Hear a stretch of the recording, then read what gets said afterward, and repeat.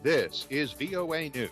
Reporting by remote, I'm David Byrd. U.S. President Donald Trump, eager to get back on the campaign trail after being sidelined by a COVID-19 infection, will begin by delivering remarks to supporters at the White House at an outdoor event on Saturday. Meanwhile, Trump's campaign said Friday he will also deliver remarks at an event in Florida on Monday. We get more from AP's Ed Donahue.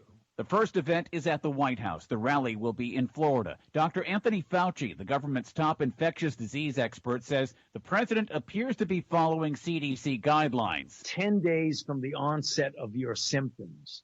So apparently he started getting symptoms on last Thursday. There is another big guideline. 2 negative tests by PCR 24 hours apart. As long as the president fulfills the criteria of the CDC of being non-infective, then I would feel okay. Fauci cautioned the White House again to avoid large-scale gatherings of people without masks. Ed Donahue, Washington. It's official. The second presidential debate between President Donald Trump and former Vice President Joe Biden has been canceled.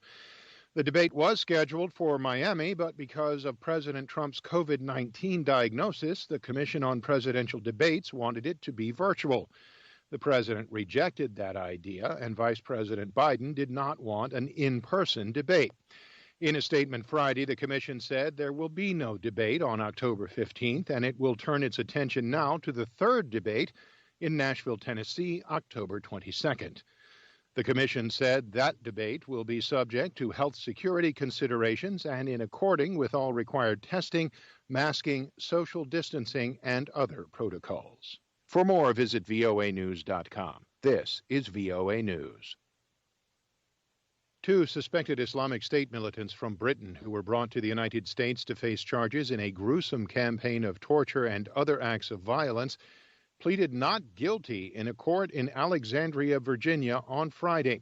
El Shafi El Sheikh and Alexander Cote are 2 of 4 men dubbed the Beatles by their hostages because of the captors' British accents. G. Zachary Terwilliger is the U.S. attorney.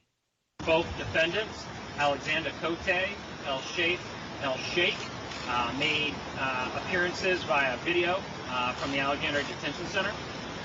Earlier today, they had their detention hearing. They both were waived that hearing and will be detained pending further proceedings. The charges are a milestone in a years-long effort by U.S. authorities to bring to justice members of the group known for beheadings and barbaric treatment of aid workers, journalists, and other hostages in Syria. Intensive care wards across France are filling up again with COVID-19 patients, and doctors there are scrambling to create new beds elsewhere. AP's Zaria Shackley reports. Paris hospitals are activating emergency measures to cope with COVID-19 patients, who are filling 40% of the region's intensive care units after infections among young people spread to vulnerable populations. National Health Agency figures and doctors at multiple hospitals say France hasn't added significant ICU capacity or the staff needed to manage them since the pandemic's first wave, despite France being among the hardest hit nations in the spring. I'm Zaria Shakili. A UN program dedicated to ending hunger has won the Nobel Peace Prize. AP correspondent Tim McGuire reports. The announcement came from the chair of the Norwegian Nobel Peace Committee. The Nobel Peace Prize for 2020 to the World Food Program. This is the first time in my life I've been speechless. I mean, this is unbelievable. World Food Program Executive Director David Beasley tells the AP the program's staff more than deserve the honor. They're out there in the most difficult, complex places in the world, whether it's war, conflict, climate extremes, it doesn't matter. They're out there and they deserve this award. The Peace Prize Committee says the WFP aided more than 135 million people last year, the highest total in many years. I'm Tim McGuire. On Wall Street, stocks ended the week on an up note with all 3 major indices closing in positive territory. The Dow Jones Industrials added 0.57%. The S&P rose by 0.88%, while the Nasdaq gained 1.39%. Reporting by remote, I'm David Byrd, VOA News.